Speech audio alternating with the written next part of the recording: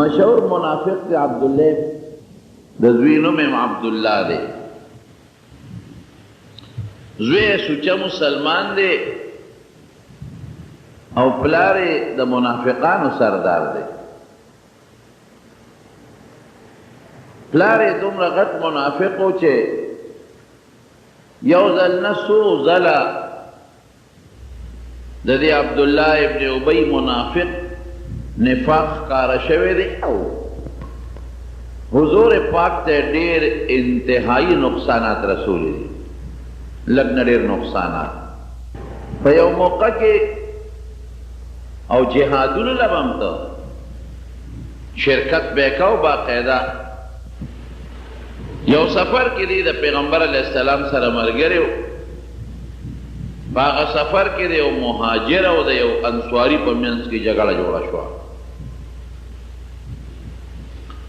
او هغه مهاجر لګی شو او هغه انصاري یو سپېړه و. د اوښې په اوبه کولو باندې جګړه جوړه وه. انصاري چغې کړې خلکو ته یا للانصار، ای انصارو راشئ زما مدد ما مدد وکړئ. چې نبی علیہ السلام دا اوازونه واورېدل نو په هغې خفه شو. ما بالو دعوه الجاهلیه، وی دا خو د جاهلیت د زمانې چغې دي. اسلام خو د مهاجر او د انصارو او د مکې او د مدینې د خلکو په منځ کې فرق ختم کړی دی. قومیت خو صرف د پیژنګلو دپاره دی. اللہ قرآن حکیم کے فرمائی ما تاسو پیدا کرے بیا مدل نسبون و قبیلے جوڑے کرے جعلناکم شعوبا و قبائل لتعارفو. دی دا پارا فلان کے قبیلے و دا فلان کی قوم دا صرف دا پیجنگلو دا پارا. دا یوسف زیدے و دا محمد زیدے او دا پختون دے و پنجابی دے و سندے دے، دا صرف و صرف دا پیجنگلو دا پارا دی چی من پیو بل پیجنو. سو کہہ لگا دا یوسف زیم، سو کہہ لگا دا محمد زی پٹارے، سو کہہ لگا دا مومن دی جنسے والے، دا سو کہہ لگا او دا فلان کی قوم والے. صرف پہ جنگلو دا پارا. ان اکرمکم عند اللہ اتقاکم، دا خدے پنیز غورا آغا دے چی پریزگار دے. نو چیوی قومونو تا آواز کوئی دا غلط اوکلا کہ مہاجر دے او کانسواری دی دا قرون دی. انما المؤمنون اخوتون یو شیر تعاونوا علی البر والتقوی، فنیکے کے او پریزگارے کی او بل سر امداد اوکے. ولا تعاونوا علی الاسم والعدوان، او پا گناہ و پا ظلم کے با یو بل سر امداد نکوے. دا یو قوم سڑے با دا خبل قومی سرا پا گناہ و پا ظلم کی مدد نکوے، او پا نیکے کے با دا بل قوم او دا دی قوم سڑے یو بل سر مدد کئے. اسم گوری زمان پا دے عرف کے دا شیشتا دا میں قومی دے پا ادرے گا موسر، دا میں دا خاندان سڑے دے پا گناہ کے وسر ادرے گا. دا گناہ دا من دا جاہلیت چغی دی. بلکہ نبی علیہ السلام بھی دا بدبوی خبر دا دا قوم قومی بل قومی بدل دا خپل امداد دا پارا دا بدبوی خبر دا بیا مکوے. عبداللہ ابن ابی چی خبر شو چی مہاجر انصاری وحلے دے نو تپوسیو کو ویدا سے چلو شو ویدا مہاجر لگی شو انصاری ہو ویدا سے شوی دی ویو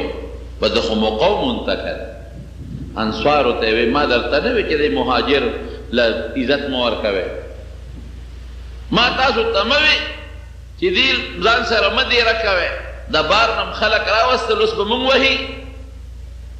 اور دیر سپکا لفظ استعمال کر دیر سپک وی تاسو پا دی مہاجر ڈوڑے خوڑے تاسو والا زین ورکلل تاسو سار بکلل اس پا منگ پاسر لگی شو او اکذا لئن رجعنا الى المدینة لیخرجن الاعز منها الازل کہ دا خبر اکرے نو خلقی مرگری شو کہ دا خواقعی دا بہر خلق دی مہاجرین او من باندی زورور شو من وحی نو دوی که مدینی تلالم دا باشلس دا مهاجرو دخو مقومون دا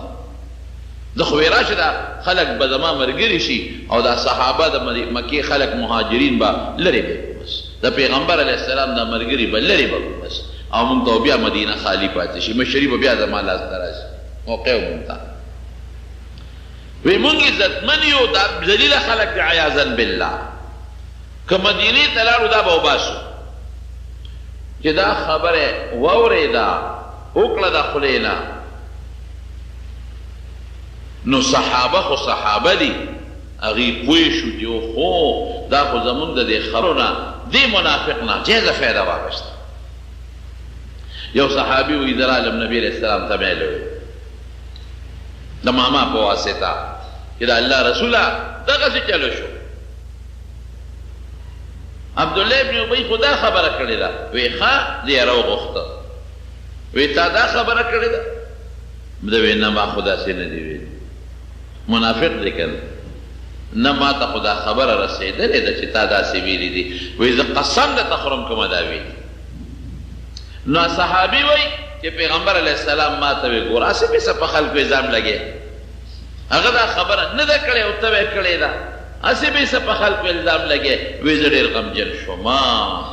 وی دومره غمجن شوم چې کور کېناستم چې خدایا د پیغمبر علیه السلام په علم کې ما ته دروغجن ثابت شوم وی به چې دې دروغجن دی دا څه وشو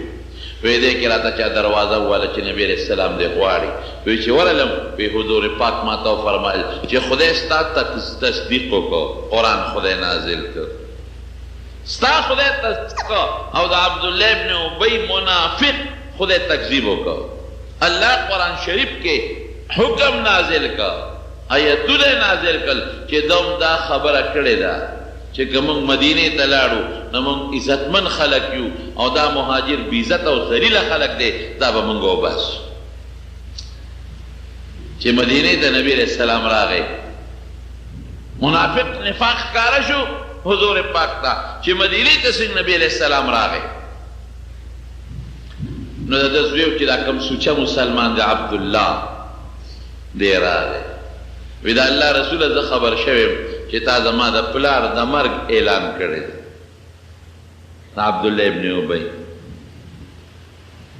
وی نه ما خو داسې نه دی ویلی وی ښه دې له راغلی ما که تا د هغه د مرګ اعلان کړي نو ما ته ووایه چې زه اوس لاړ شم او د پلار نه سر پرې کړم او ستا خپو کې وغورځوم ما ته ووایه په بل چی مه وجنه په مې مړ کړه ګوره مینه دې ته وایي محبت دې ته وایي که تا ما د پلار د مرګ اعلان کړي نو په بل چی مه وجنه ما ته ووایه چې دې دله سر اوس راوړم په د خپو کې درته کېدم وی نه ما ستا د پلار د مرګ اعلان نه دی کړی حضور پاک به د منافقانو سره ډېره ګزاره کړو وی سبا به خلک وایي چې خپل ملګري وجلي سره د هغې دا پلار یې را روانو دا زوی یې ورغی او چې څنګه ورغی نو پلار یې د اوښې نه راکوز کوي راکوز شه او چې راکوز یې که د دې ګریوان نه ونیو دغسې پلار ورته وایي بچی عبدالله دا څه کوې ته زما زوی نه عبدالله وی یما او د دې پلار او زوی یو بل سره ډېره مینه وه د بعضې پلار او زوی په منځ کې محبت ډېري هغه زما د مینې بچی نه وی بابا یم که نه نو ما د ګریوان نه نیسې وی بابا خوښ مې پلار مې خو د پیغمبر مبارک نه راته ګران نه ګوره تا د حضور پاک په شان کې د ذلیل لفظ استعمال کړی دی او ځان ته دې عزتمن ویلی دی قسم په خدای که دې پرېږدم په دې توره دې سر وام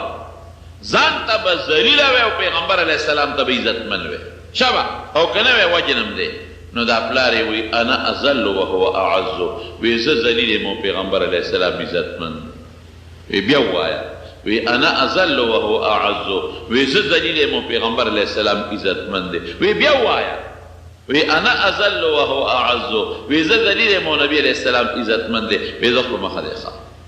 مینه دې ته بیا د حضور پاک په شان کې خپل پلار هم نه پېژني بیا د نبي علیه السلام په شان کې خپل بچی هم نه پېژني دې ته مینه وایي موږ نن د خپل بال بچ د مور او پلار د مال او دولت دپاره نه بیا پیغمبر پېژنو نه خدای پېژنو نه جومات پېژنو نه دین پېژنو نه اسلام پېژنو دا زمونږ ایمان دی او دا زمونږ مینه ده محبت دې ته وایي کوم چې د صحابو د نبي کریم صلی الله علیه وسلم سره دې ته محبت وایي یو صحابی راغی انجامی څه دی اوس انجام یې واوره یو صحابی راغی او نبی علیہ السلام نه تپوس کوي د الله رسوله متى الساعه قیامت به کله قیامت به کله حضور پاک مبارک کو فرمایل ما اعددت لها قیامت له تیارې دې څه کړې ده قیامت نه پس نو لوی غم دی حساب کتاب دی او جنت او دوزخ دی ما اعددت لها تیارې دې ولا څه کړې ده او ورته څه وایي ما اعددت لها من کثیر صلاة وصیام وصدقة دا الله رسوله ډېرې روجې مې نه دي نیولې نفلي ښه فرضي به نیولې نفلي روجې مې ډېرې نه دي نیولې نه مې نفلي خیراتونه کړي دي ډېر او نه مې نفلي منځونه ډېر کړي دي ښه نو چې ډېر نفلونه دې هم نه دي کړي ډېرې نفلي روجې دې هم نه دي نیولې او ډېر خیراتونه دې هم نه دي کړي نو بیا د قیامت تپوس ولې کې اصحابي څه وایي وی الا انی احب الله ورسوله یو شی دی چې زما په زړه کې د الله او د رسول مینه پرته ده زړه کې مې د الله او د رسول مینه پرته ده نور څه نشته حضور پاک او فرمایل المرء مع من احب د سړي چې چا سره مینې قیامت په ورځ کې به هغه سره ملګری وي مینه د الله او د رسول سره ده قیامت کې به سره ملګری او یو بل صحابي راغی حضور پاک ته عرض کوي وی د الله رسوله جنت کې خو به ډېرې درجې وي که وی یو غټې غټې مرتبې پکې شته وی یو وی معلومیږي چې ستا خو به ډېره اوچته مرتبه وي زمونږ به لاندې مرتبې وي ته به اوچت جنت کې مونږ به ښکته جنت کې یو ستا مرتبه به اوچته وي زمونږ به لاندې وی په هغه جنت څه کوو چې تا سره پکې ملاقات نه کېږي مونږ له خو دنیا ښه ده تا خو پکې وینو سار ماښام دې وینو درپسې منځونه کوو نو جنت کې څه به وکړو په هغه جنت چې په کوم جنت کې زمونږ ستا سره ملاقات نی ته په لوړه مرتبه کې مونږ په لاندې کیو یو بل نه جدا یو حضور پاک دته هم فرمایي المرء مع من احب چې چا سره د چا مینې جنت کې به هغه سره ملګری وي مرتبې به اوچتې خو ملاقاتونه به یو بل سره کېږي او مرګرتیا به د یو بل سره وي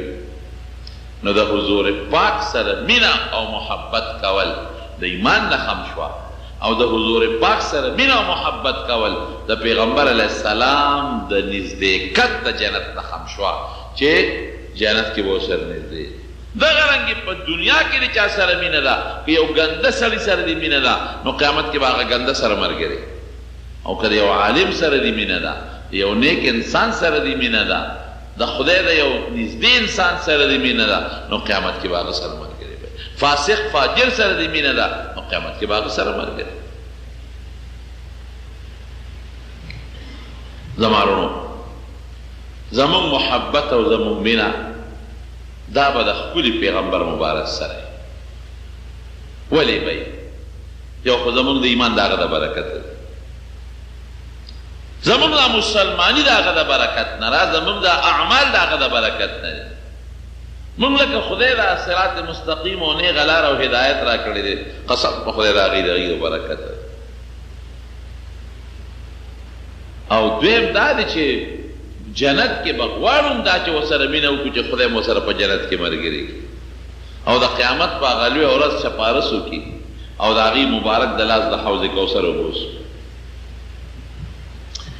صحابه خو ډېر لوی خلک وو د هغې خو وده محبت تابعینو کې څومره مینه وه او د یو صحابي واقع درته وایم بیا درته هغې له راځم عبدالله ابن حذافه سهمي رضی الله عنه دا یو جلیل القدر صحابي دی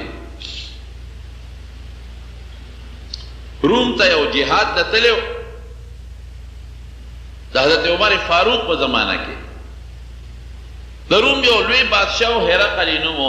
هغه سره جنګ وکړو د هرقل 300 کسان د مسلمانانو گرفتار کړل په دې 300 کې یو د عبدالله ابن حذافه رضی الله عنه دا صحابي نورم صحابه پکې چې گرفتار یې کړل د روم د بادشاه هرقل دا صحابي ځان ته مخامخ کړی پکې مشر عبدالله ابن حذافه ویل که داسې وکړه عیسایي شه زمونږ دین ته راواوړه پرېږدم دی وی داسې چېرته کېږي ما ته خدای ایمان را نصیب کړی دی زه به هغه ایمان پرېږدم او زه به عیسایي کېږم بیا ورته څه وایي وی ښه بل چل وکړه وی ته به په دې یارېږې چې خلک به سبا پیغور درکوي چې اسلام دې پرېښو نو پیغور دله ختمو زه لور دله په نکاح درکړم زما لور د تا ته پته را زما د روم هغه وخت کې بادشاه داسې و لکه چې اوس د امریکې بادشاه لور درکړو او د یوې علاقې ګورنر به دې جوړ کړو نو پیغور به دې ختمي که څوک تا ته وایي عیسایي شوې وایي وروره ما نه هرقل غوندې بادشاه لور راکړه او د یوې علاقې ګورنر یې جوړ کړه بیا څوک پیغور به درته نه او ته څه وایي دا خدای یو لور ده که نه چې په ګڼ شمېر لونه راکې او دا خو ګورنري ده چې دا ټول روم راپسې لیکې او قسم دی چې کوم ایمان ما له خدای په زړه کې اچولی چې هغه پرېږده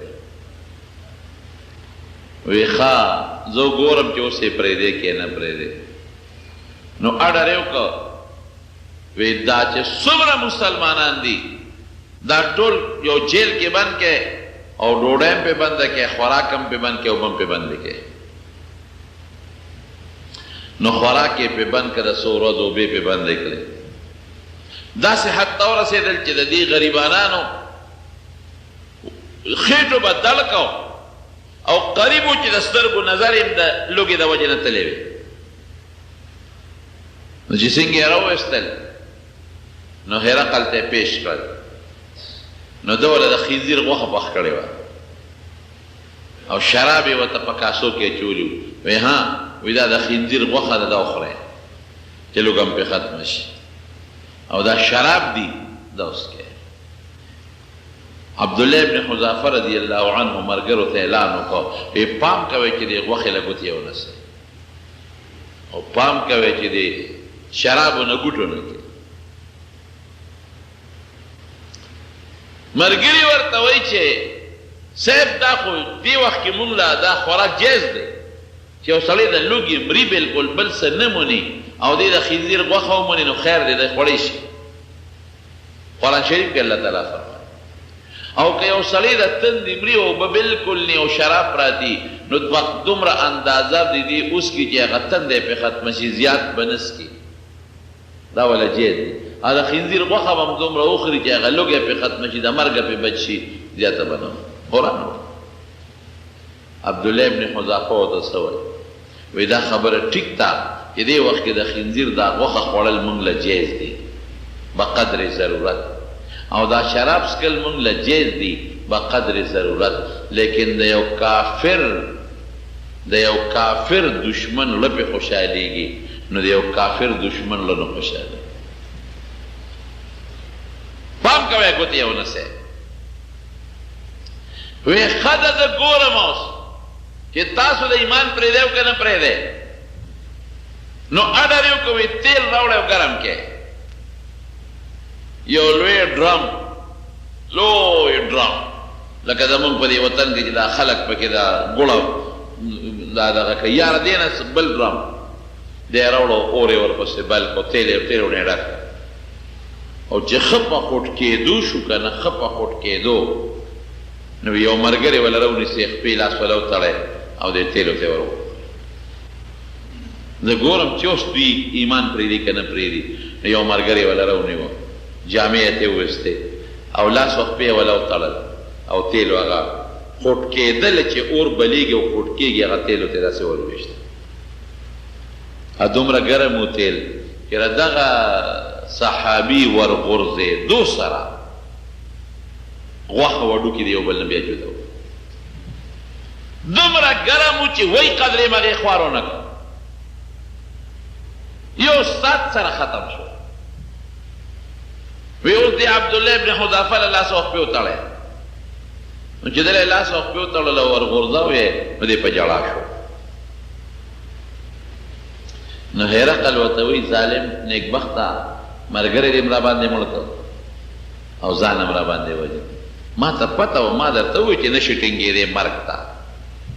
ټینګېدی نشي او عیسایي شه نو تام پرېږدم او دا ملګري دې هم پرېږدم لورم در کوم بادشاہی هم در کوم گورنری.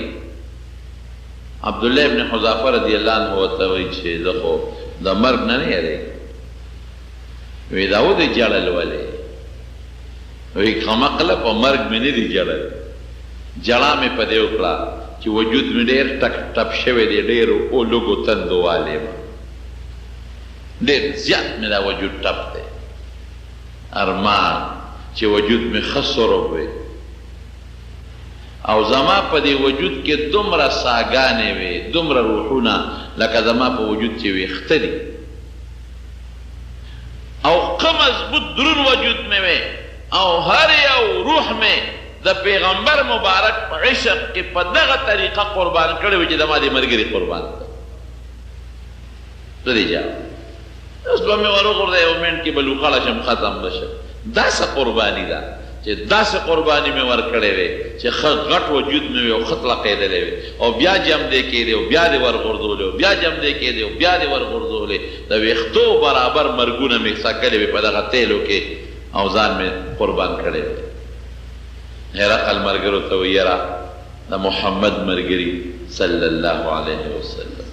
بل شان ملګري، داسې محبت ما په چا کې نه دی لیدلی لکه په دې خلکو کې دی. وی ښه ده یو بس پرېږدم دې ځه اوسه، هسې دې پرېږدم، خو په یو شرط چې زما را تندې به ښکلی، زما دې تندي له بخته به ښکلی. عبدالله ابن حذافه ورته وایي ما به یوازې پرېږدې که دا ملګري به م را سره پرېږدې؟ وایي نه دا ملګري دې م پرېږدم در سره. زه وایي د دې ملګرو د خاطره به دا شرط قبول کوم. نو تندې یې وله ښکل که دا صحابه پرېښوده. حضرت عمر فاروق رضی اللہ عنہ ته پته ولګې د مدینې نه بار یې وله ښه مضبوط استقبال وکړ او د مدینې خلکو ته یې ویې وځئ د مدینې نه بار، لارو کوڅو کې ودرېږئ. نن عبدالله ابن حذافه را روان دی، د هغه به استقبال کوو او د ملګرو د خاطر د عیسایي کافر تندې ښکل کړی دی، ټول به وله تندې ښکلوی. نن به له د تندې ښکلوي. د مارونو محبت دې ته حب الرسول من الایمان. امام بخاری وایي پیغمبر مینه د ایمان نښه ده. په دې صحابو عمل کړی دی او صحابو نه پس تابعینو په عمل کړی دی. یو صحابي راغی داسې وخت کې راورسېد چې نبی کریم صلی الله علیه وسلم دفن شوی و. نو قرآن شریف کې یو آیات جلالین مولا لیکلی دی دې لاندې ولو انهم اذ ظلموا انفسهم جاءوك فاستغفروا الله واستغفر لهم الرسول لوجدوا الله توابا رحيما. مسلمانانو ته الله وایي که څوک ظلم وکړي په خپل ځان او ګناه وکړي او بیا راشي الله نه معافي وغواړي چې خدایا ما ګناه کړې ده ما معاف کې، او واستغفر لهم الرسول او نبی علیہ السلام ولې د الله په دربار کې بخښنه وغواړي چې الله وی بخښنه خدای به وبخښي. نو صحابو نه چې به غلطي وشوه توبه بیا ویسته او پیغمبر علیه السلام ته به کېناستل په دې ایت به عمل کو د الله رسول مونږ له بخښنه وغواړه، هغه به له بخښنه وغوښته. دا صحابي چې راغی حضور پاک دفن شوی نو د روضې مبارکې خوا کې څملاس او خاورې به راغشتې په سر بچو. اوس به وایي مونږ چا له ګناه چې وکړو نو مونږ به چا له ځو چې مونږ له بخښنه وغواړو. الله خو وایي چې پیغمبر وله بخښنه وغواړي خدای به یې معاف کړي. اوس به مونږ چا له راځو ورته به وایو چې الله رسوله مونږ له بخښنه وغواړه. جلالین مولاها محشي لیکي د قبر د نبي علیه السلام نه ورته آواز وشو غفر الله لک غفر الله لک، خدای دې وبخښه خدای دې وبخښه. علماء کرام لیکي چې کله د حضور پاک روضې مبارکې ته سړی ور مخامخ شي او هلته پې سلام اچوي الصلاة والسلام علیک یا رسول الله مخامخ هدایت ته ورسره ووایي د الله نه دې معافي وغواړي یا الله زه ستا په دربار کې د ګناهونو نه معافي غواړم خدای ما معاف کا. بخونکې څوک دی؟ الله دی. او نبی کریم صلی الله علیه وسلم د خپل سفارشي جوړ کړي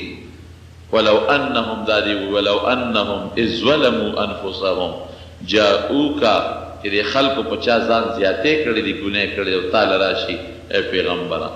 فاستغفر الله د خدای نه بخښنه وغواړي واستغفرهم الرسول او نبی علیہ السلام ولا بخنه غواړي لوجد الله توابا رحیما، خدای با په د رحم کی توبه به مولا قبول کړي. دا خو د صحابه زندگی تابعین لراشه، تبع تابعین ائمه او حضرات لراشه چې دا غي په ځل کې څومره د نبی کریم صلی الله علیه وسلم محبت او دا غي سلام درته. حضرت امام مالک رحمت الله علیه ټول زندگی د حضور پاک په کلی کې تیر کړی، دومره مینه د حضور پاک د کلی سره چې دی په مدینه منوره کې پسورلې نه ګرځید، پیاده به ګرځید. چا ورته وی پسورلې ولې نه ګرځید؟ وی کما خوره کې لاندې حضور پاک پروت دی نو امام مالک بال ته پسورلې ګرځي، د خپو د ګرځېدو نه مخلص نشته، بې د دې نه ګزاره نشته چې پکې وګرځم. ګنې زه به زما زړه نه غواړي چې په کومه خوره کې د دواړو جهانو د مبارک سردار جوسه مبارکه پرته ده او د هغې خورې د پاسه وګرځم، نو د خپو ګرځېدو نه مې ګزاره نه کېږي، خو په سورلی به نه ګرځم. دا د هغه مینه او محبت د حضور پاک د احادیثو سره څومره. احادیث د پیغمبر علیه السلام خبرې دي، د پیغمبر د خبرو سره څونه مینه وه. یو ویندې ساتلی وه، ویندې ته یې ویل چې څوک راشي او د عامې مسلې تپوس کوي نو ما ته وایه چې زه روزم او جواب ورکوم، او که څوک راځي او د حضور پاک د احادیثو تپوس کوي نو دلته کښېنوه. نو چې څوک به راغلل د مسلې تپوس کوم د فقې نو زر به امام مالک به راووت جواب به یې ورکړ، سړی به لاړ. او چې وی به چې زه د حدیثو تپوس ته راغلی پې کښېنه، نو چې داسې یو ګڼه به جوړه شوه نو امام مالک به لاړ او ویندې به ورته صاحب یو ګڼه جوړه شوه نو دې به لاړ غسل به یې وکړ، نو ښایسته ښکلې جامې به یې واچو، پټکې به یې او خوشبویي به استعمال کړه، نو رو به وت نو درس حدیث به یې شروع کړ. نو چا ورته وی صاحب وی چې څوک د عامې مسلې تپوس ته نه کوي نو زر وله روځي، او چې څوک د حدیثو طلب له راځي نو دا هر وخت لامبې او جامې نوې یا انزلې پاکې اچې او خوشبویي پورې کې او پټکې تړې. دا ولې؟ وی چې د خپل محبوب پیغمبر د احادیثو درس لازم او ما غسل نی کړی او ما خشته جامې نه اچولې او ما پټکی نه تړلې او خوشبویي مې نه پورې کړې، نو ماله د حضور پاک د احادیثو د لولولو نه حیا راځي. دا کم از کم د پیغمبر خبرې ښې. یو ځل درس حدیث کې ناست دی، د بره نه یو لړم را پرېوت، په دې شی ولګېد. لړم یې په دې شا کې خو به د کجورو چتونه لړمانان به پکې وي، سفر غوندې شکل به او کجورو څانګې به وي، لړم پرېوت. مرګري په پیشو چې دا رنګ یې بدلېږي را بدلېږي، رنګ بدلېږي را بدلېږي، او دې لګیا دی هغه حدیثو درس کوي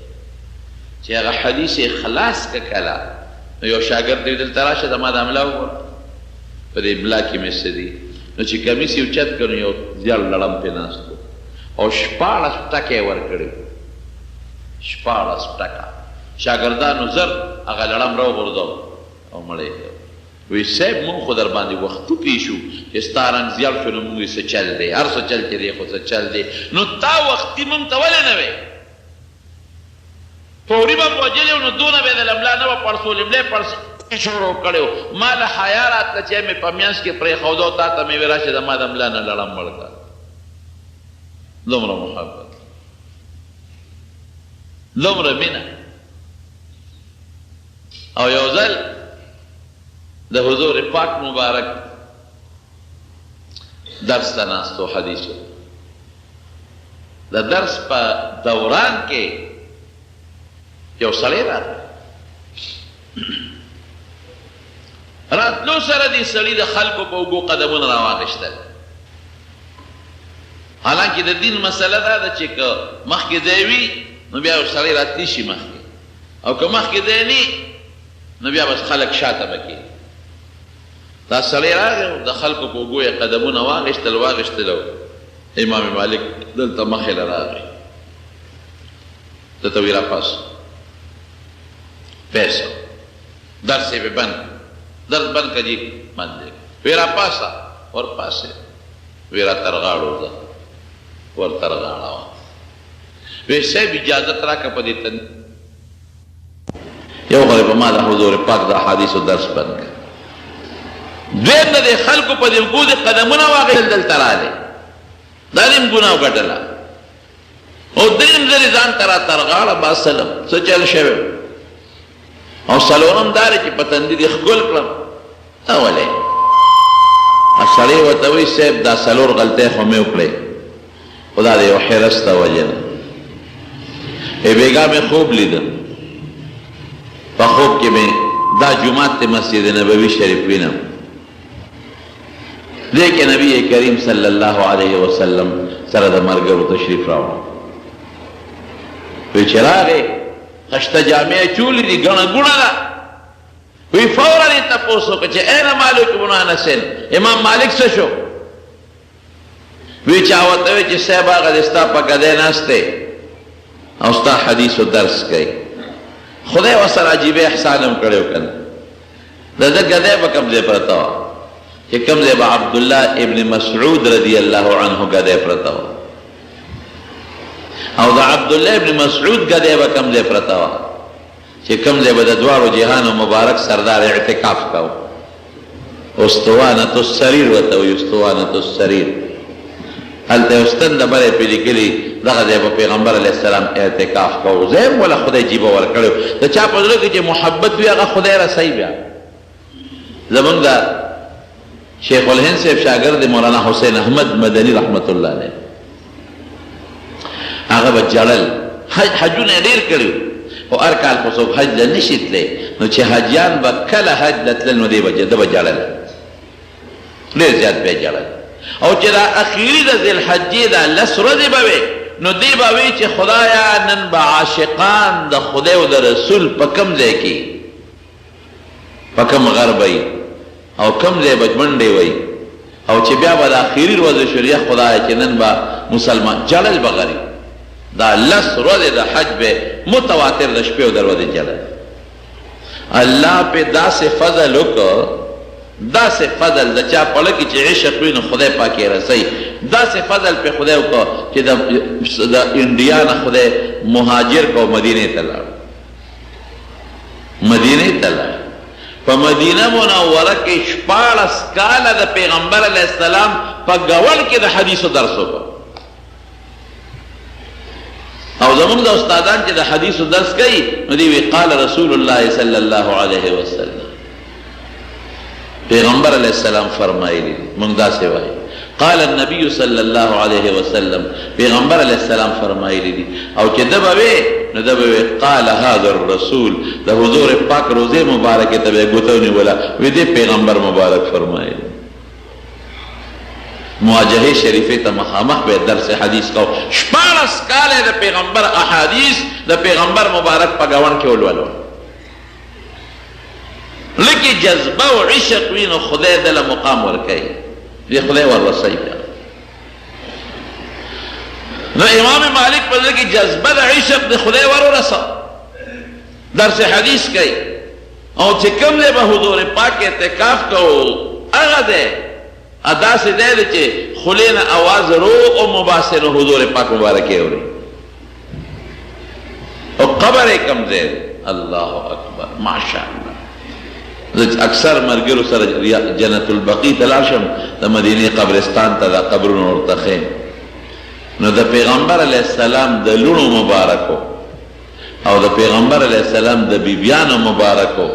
تا پا دون فاصلہ کے قبر دے چے غالباً دا دی جماعت دا دی مسلین دیوالا پول نمنا نیز دے قبر بس نیز دیوا سر پروت خدای خا مقام ورکا نوی چه نبی علیہ السلام اگا صلی و توی دا سلور غلطے میں دے و حرست وجہ نہ اکڑے ای بیگا میں خوب لیدن و حضور پاک سر دخبل و مرگر دی جماعت تا تشریف رو نو تپوسو کو امام مالک سشو پی تا تا چاوی چه سیب نبی علیہ السلام دے غوار پی تر پاسے دے خدا اولی دے رب پیدل یہ نبی علیہ السلام با ماتا سوئے نوی چه ورنیز دیشوے نو درته وی مه یارېږه او ځان ته یې را تر غاړه باسلې او په دې تندي باندې ښکل کړې را تر غاړه یې باسلې او په تندي ښکل کړې وی زه راویښ شم وی ما وی چې خدایه کله به د امام مالک دغه سینې له خپله سینه ورسوم چې بېګاه پورې حضور پاک مبارک خپله سینه مګلې او دغه تندي له به د خپلې شونډې کله ورسوم چې بېګاه پې د دواړو جهانو د مبارک سردار شونډې لګېدلې وی صاحب دا حرص مې ځکه وکړه دا غلطۍ مې ځکه وکړه چې بل څوک رانه مخکې نه شي قدر زر زرګر شناسد قدر جوهر جوهر د امام مالک سره دونه مینه حضور پاک ولې کوي نبی علیہ السلام ته پته ده چې زما د احادیثو خدمت کوي زما د دین خدمت کوي زما راوړل شوي دین امت ته رسوي نو تاسو ته هم دا خبره د علماو سره مینه ساتئ محبت ورسره ساتئ قاریانو حافظانو سره محبت ساتئ مینه ورسره ساتئ صرف په دې بنیاد چې دا الله قرآن د چا خبرې دي د الله او احادیث د چا خبرې دي د نبی علیه السلام یو عقلي مثال درته وایم ما سره چې د چا مینې زما خبرې به یې خوښېږي به یې نه خوښ دا قانون دی که او چې زما خبرې د چا خوښې وي نو زه به یې خوښ یم که به یې نه یم او چې زه یې نه یم خوښ زما خبرې به یې بدې شي او چې زما خبرې نه یې خوښې زه به یې نه یم خوښ نو قرآن د چا خبرې دي تاسو راته د الله او احادیث د چا خبرې دي د حضور پاک نو که د چا خدای خوښي د خدای خبرې به یې خوښوي چې قرآن شریف نو چې څوک د قرآن خدمت کوي هغه به یې خوښي زما د خبرو چې څوک قدر کوي خدمت کوي زما به نه یې خوښ چې د چا پیغمبر سره مینه د پیغمبر خبرې حدیث به یې خوښي او چې د چا د پیغمبر سره مینه څوک چې د هغه د حدیث او د هغه د قرآن خدمت کوي هغه سره به مینه کوي دا کې دین شي چې ستا د علماو سره مینه ني د قاریانو سره د مینه ني او ته د ما پیغمبر سره مینه غلطه خبره چې د پیغمبر د دین څوک لګیا د خدمت کوي او د پیغمبر دین امت ته رسوي نو چې ته د پیغمبر سره مینه کوي دین سره به مینه کوي د خلکو سره به محبت کوي حافظانو قاریانو سره به محبت کوي او که ته وایې چې نه کوم دې سره محبت معلومیږي دا چې ستاسې د خولې زباني جمع خلق دی د خدای او د رسول خبرو سره د محبت او مینه نشته خدای زموږ په زړه کې دا محبت پیدا کړي سوچ مونږ نه دی کړی مونږ غلطۍ ګوره لکه دا قاضي صاحب خدا ګناه کوي او دا حافظ صاحب خدا غلطي کوي او دا مولا صاحب خدا ګناهونه کوي بالکل به کوي د دنیا مثال خدا ډنډ دی د سخا چقړو د سخا چقړو په سخا چقړو کې تم ګرځي قاري صاحب هم ګرځي ملا صاحب هم ګرځي ټول پکې ګرځي خو څوک پکې د نامه ډوب دی او څوک د ګیټو ډوب دی او چا له ساسکي ورغلي د دې معاشرې نه علما پیدا دي که نه د بل ځای نه خو نه دي راغلي قاریان او حافظان هم د دې معاشرې نه پیدا دي بار نه خو نه دي راغلي نو تا هغه منفي سوچ مه کوه غلطۍ مه راوباسه مثبت سوچ وکړه چې امت ته د دین خدمت څومره کوي د قرآن خدمت کوي د دین خدمت کوي د شریعت خدمت کوي د احادیثو خدمت کوي نیت دا وکړئ د معلومه نو ګوره وی ځان ته وی ما وی چې خدای دې سینې له به کله خپله سینه رسوم چې بېګاه حضور پاک سینه مې ګلې ده ورپورې او دې شونډو دې تندي له به کله شونډې رسوم چې بېګاه پې حضور پاک شونډې مبارکې لګولې دي امام مالک ورته څه وی چې تا دا خبره وکړه وی اوس زمان به وره وی زما د الله په ذات قسمي چې د کله نه د حضور پاک د احادیثو درس ته ناست یم نو په ما داسې شپه نه ده تېره شوې چې په دغه کیفیت زما د رسول الله مبارک سره ملاقات نه شوې هره شپه مې ورسره ملاقات کېږي را تر غاړه باسي مې په تندي مې ښکلی دا د محبت او دا د حضور پاک د احادیثو د مینې دغه دی نتیجه ده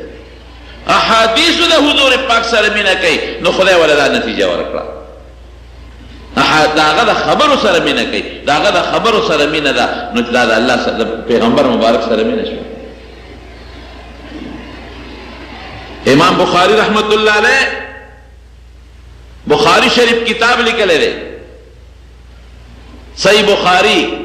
جامع د امام بخاری فضل کې دم د حدیثو مینا څومره مینه وا دونه محبت. اوس خو یو طالب کې سبق زکی نو د لار شي نو په یو مدرسه کې ټول حدیث زکی، اخو په یو مدرسه کې ټول حدیث بنو، یو سړي سره به 15 حدیث او بل سره 2 بل سره 3، نو خلق به ګرځېدل په خلکو پسې او دا حدیث به تیرا نقل کو. امام بخاری مکہ مدینہ شام یمن کوفہ بصرہ عراق په دې علاقو وګرځېد او د پیغمبر علیه السلام حدیث په لیکل خود مضبوط او صبر محنت یې کړی دی. په داسې وخت په ما راغلی دی چې ما یو شواروس په یو بادام او په 2 بادامو گزاره کړی او یو ځل چا ورته یو ځای کې یو سړی وښوي د پیغمبر علیه السلام یو حدیث دی ورپسې لاړ د هغه نه اس تښتېدلی نو د وی راشه وخت به څه ضایع کوم دی ورپسې لاړ ځنګل ته هغه اس رانیوه نو چې دا اس څوک رانیسي نو دا زولی ورته راغونډه کړي خالي زولی نو هغه اس ته زولی راغونډه کړو چې اس راغی نو ویني و زولی ښکته وغورځوله. امام بخاري صاحب ورته وایي ملګري دا زولی د څه له راغونډه کړی و؟ وایي دا اس مې پرې رانیوه. وایي دې کې څو پیسې هم پکې نو لکه تش موټی چې سړی چرته نیسي چرګان پرې رانیسي. وایي ښځه ما خو در سره څه کار او خو لاړم. وی څه کار دی؟ وی ما ته چا وی چې تا سره د نبی علیه السلام یو حدیث دی وی او ما سره شته کینه چې درته وی وی نو اوس پې نه دی پکار ولې وی اس سره دې دوکه وکړه یریږم اس نه ما سره د محمد رسول الله په حدیثو کې دوکه ونه صلی الله یو ځل د کشته په سفر ته نو پیسې وسره هغه شمارلې یو غل ورته کتل دی چې پیسې شماري غل په شیش کې واغشته پیسې یو بټوه کې واچولې تیلی کې غل ورته کتل چې تیلی په جیب کې واچوله او روان شو غل هم ورپسې روان شو. غل په دې سوچ کې چې دې ملا صاحب نه دا پیسې به څنګه وواړو چې دې کشتۍ ته وخت هم ورپسې وخت دریابي سفر دی چې کشتۍ سمندر لاړه نو غل پاسېد اعلان یې وکړ خدای مو بخښه زما نه دومره زر روپۍ روکې شوي دي دراهم ګورې درهم د روپۍ نه قیمتي دی دومره زر روپۍ غورځېدلي دي او دا د بټوې د تیلی رنګ دا دی که چا مونتي مال خپلې پیسې راکړي. امام بخاري حیران چې خدایه غل د کشف خاوند دی که څه چل زما د روپو شمېره مو ته معلوم دی او زما د بټوې رنګ مو ته معلوم هغه چې د شمېره دی هغه په شیش کې اخیستی. غل بیا اعلان وکړ خلق ورته وایي څه چغې دې شروع کړي دي او چې په چا دې شک وي ورشه ولټوه. غل هوښیارو نیخ به امام بخاري رانغی چې که نیخ په ده ورځم نو خلک به چې دا خو تا ده سره جوړلي دی د بل ځای نه شروع کړه. بسم الله الرحمن الرحیم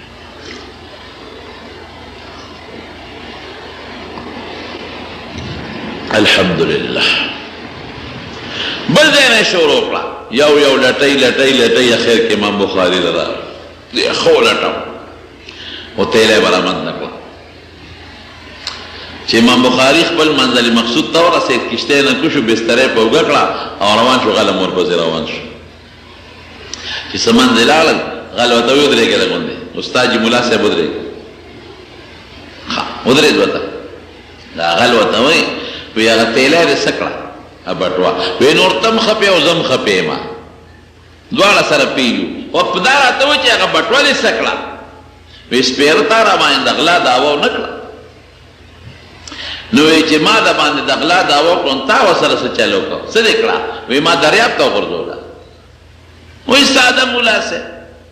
دریاب ته دې ولې غورځوله خو یا به ستا شوې وه یا به زما شوې وه که امام بخاري ورته وایي ستا نه شوه کېدی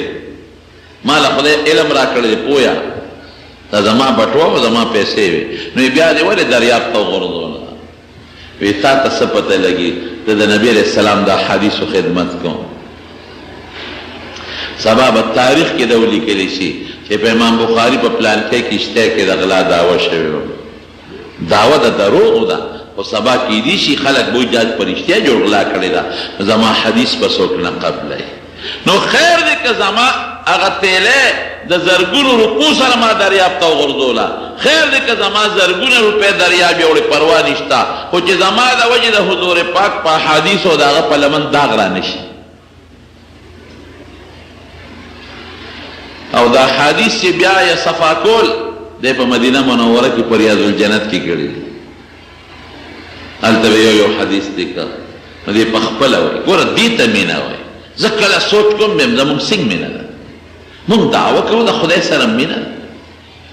مونږ دعوه کوو د پیغمبر سره مینه ده هلکه د خدای او رسول سره چې ستا مینه ده نو د خدای خبرې قرآن شریف او د پیغمبر خبرې احادیث او د هغې علم چې د شریعت علم د هغې سره دې بیا ولې دشمني ده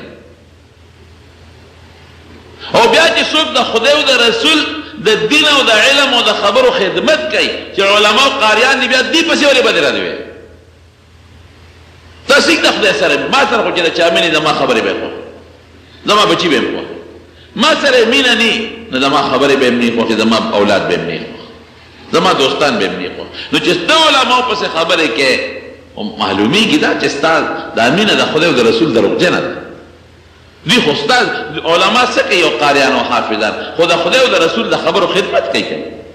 ته پرې سوچ ولې نه کوې زما وروڼو دا حدیث چې صفا کول د خپله وینا ده غوږ اوسکې ده څه وایي وایي ما کتبت حدیثا الا اغتسلت وصلیت رکعتین واستخرت الله تعالی حتی تیقنت صحته په دې کې بخاري شریف کې تقریبا 19 زره احادیث دي نو د هر حدیث د مخکې به یو ځل غسل کو 2 رکعاته منځ به کو او استخاره به کوله نو د بخاري شریف د لیکلو دپاره د 19 زره کرته غسل کړی دی او څه د پاسه 15 زره رکعات یې وله منځ کړی دی او 19 زره کرته یې وله استخارې کړی دی دومره خواري او چې یو حدیث به لیکلو قلم به تېره کو اګوره به ځان سره جمع کوله چا ورته په دې څه کې دا خو یو ځل د قلم تېره کړو 12 حدیثه پرې لیکلی کېږي 2 نظر خو څوکه نه پسېږي ورته ویې زما دې بوره کې غرض دی چې مړ کېده وصیت یې وکړ وایي چې زما اوبه ګرموې نو په خشاک کې به دا بوره واچوې په دې ما د حضور پاک احادیث لیکلی دي چې د دې تو اوبو ته ورسېږي او د هغې اوبو تو زما وجود ته ورسېږي او د پیغمبر علیه السلام مبارک ویښته ورسره و بیا ځان نه جدا کول هر وخت به ورسره ازمایښونه پرې ګوره ډېر تېر شوي دومره امتحانات چې غریب کله یو ځای جګړې کله بل ځای جګړې لکه اوس چې دا بعضې علماو پسې خلک ګډې وډې څوک څو یو ځای نه بل خوا هجرت بل ځای نه بل خوا هجرت بل ځای نه بل خوا هجرت په دې خیري وخت کې د خپل علاقې ته راغی یو ګورنر وه ورته چا ولمسو یو مسله وه خو ویې لمسو نو بانې ورته بل څه جوړ کړل نو ګورنر صاحب ورته وی ته به راځې را خپل کتاب بخاري شریف به زما بچو ته زما په ګورنر هاوس کې ښیې د وی د درباري ملا نه یم هلته نه درځم وی ښه زما بچي به درځي نو دا کتاب دی ورته ځان له ښایه نورو طالبانو سره یو ځای مه کښېنوه وی زه چاپلوس هم نه کوم که ستا بچي راځي او نورو طالبانو سره یو ځای کښېني ورته یې ښیم یعنې مې راځېږه وی ښه زما د علاقې نه وځه وی ولاړه نو یو ښه مضبوطه خیره یې ورته وکړه هغه بزرګانو زه وی خدای دې هلاک کا نو په ور وځه کې دننه ګورنر خدای مردار کا او دې راغې رشته داران یو هغه رشته دارانو کره دیره شو ازبکستان کې خرطنګ کلی دی نو هلته یې خدای ته لاس پورته کړ څه وایي اللهم قد ضاقت علی الارض بما رحبت یا خدایا ستا ځمکه ډېره فراخه ده خو الله په ما تنګه ده ځمکه دې پراخه ده په ما تنګه ده زما ځای پکې نشته هر ځای خلک را سره په جګړو دي څوک را پس یو الزام څوک بل فقبضني الیک غیر مفتون خدای ما ځان ته قبض کا بس مړ مې کا خو د فتنې د مرګه مې وساته نو خولې ته وبېدې نو وفات شو نو بعینه هم دقه وقت کې یو شاګرد دی هغه خوب ویني په خوب کې مې نبي کریم صلی الله علیه وسلم ولید ګڼ ملګري دي ورسره ما ورمن نکړې حضرت څه کوې وی د امام بخاري استقبال نه راغلی یم نو چې د خوبه را پاڅېدم او معلومات مې واخیستل نو دقه وخت کې امام بخاري وفات شوی ګوره د حضور پاک د احادیثو سره مینه د هغې دا نتیجه شوه چې د ذوالقدر په وخت کې د روح استقبال نه نبي کریم صلی الله علیه وسلم تشریف راوړی او چې دفن یې کړي نو د قبر نه به خوشبویي تله نو خلکو به خاورې تختولې شاګردانو به بیا نورې خاورې چولې خوشبویۍ لپاره به بیا خلکو خاورې تختولې بیا به نورې خاورې چولې بیا به خوشبویۍ له خلکو خاورې تختولې بیا شاګردانو خدای ته سوال وکړ یا خدای ته د بزرګي مونږ ته ښکاره کړې او مونږ په غم اخته یو هر وخت پې خاورې چو نو بیا په قبر لرګي کېښودله او هغه خوشبویي بنده شوه د مارونو د نبي علیه السلام سره مینه د ایمان نښه ده او د مینې مقصد سره یو مقصد خو مې درته تېره جمعه ویلې چې موږ به خپل عقیده خپل عمل خپل شکل خپله جامه دا د پیغمبر علیه السلام په شان جوړو زباني جماخات والا مینه نه او نن مې راته بله نتیجه وښوله هغه دا ده چې موږ به د پیغمبر علیه السلام د دین چې څوک خدمت کوي د هغه د راوړلی شوي دین څوک امت کې لګیا دی محنت کې خواري کوي هغې سره به مینه کوو په کومو ادارو کې چې د هغه دین ښودلی کېږي چې مدرسې دي جماعتونه دي هغې سره به محبت کوو دا د مینې نښه ده د مارونو پوه شئ په خبره نو علماو سره قاریان طالبان مدرسو جماعتونو سره نیکانو صالحینو سره دې سره به مو محبت ساتو او د دې نتیجه به سي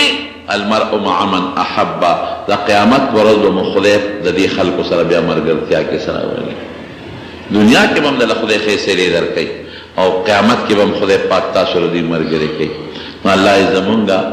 خودی چې نیت به وکړي چې ما دغه تلاوت کړی دی دا آیت د سجدې مې کړی دی او د هغې دپاره زه سجده کوم بس په خوله کې ووایه که په خولې نه وې نو په زړه کې ووایه چې د دغې سجدې زه نیت کوم او بیا به یو ځل الله اکبر وې نو سجده به وکړې څنګه چې سړی په مانځه کې سجده کوي بیا به الله اکبر وې نو پورته به شي بس خبره خلاصه شوه نه پکې سلام ګرځول شته نه پکې قیام شته او نه پکې نور څه شته نبی اسلام په خپل اذان کړی دی که نه ممکن ده په احادیثو کې ثابت نه دی احادیثو کې ذکر نه دی راغلی بېګیرې سړي باندې سلام څنګه دی او خیر دی اچو څه به کې خو ګیرو والا بېګیرو ته موږ درخواست کوو چې پرېږدی ګیرې د حضور پاک سنت دی محمد حذیفه نوم صحیح دی دا خې نه ده خزیمه کې خې ده که خزیمه وې نو بیا خې ده ټکي والا او په حذیفه وې فې سره نو بیا حید ټکي پې نشته رب العالمین ته خیر او برکت نصیب یو ملګری دی د هغه څه ضرورت دی څه حاجت یې دی څه پریشاني ده ورته دعا وکړئ چې هغه پریشاني یې خدای په خوشحالو بدله کړي حاجت یې خدای پاک پوره کړي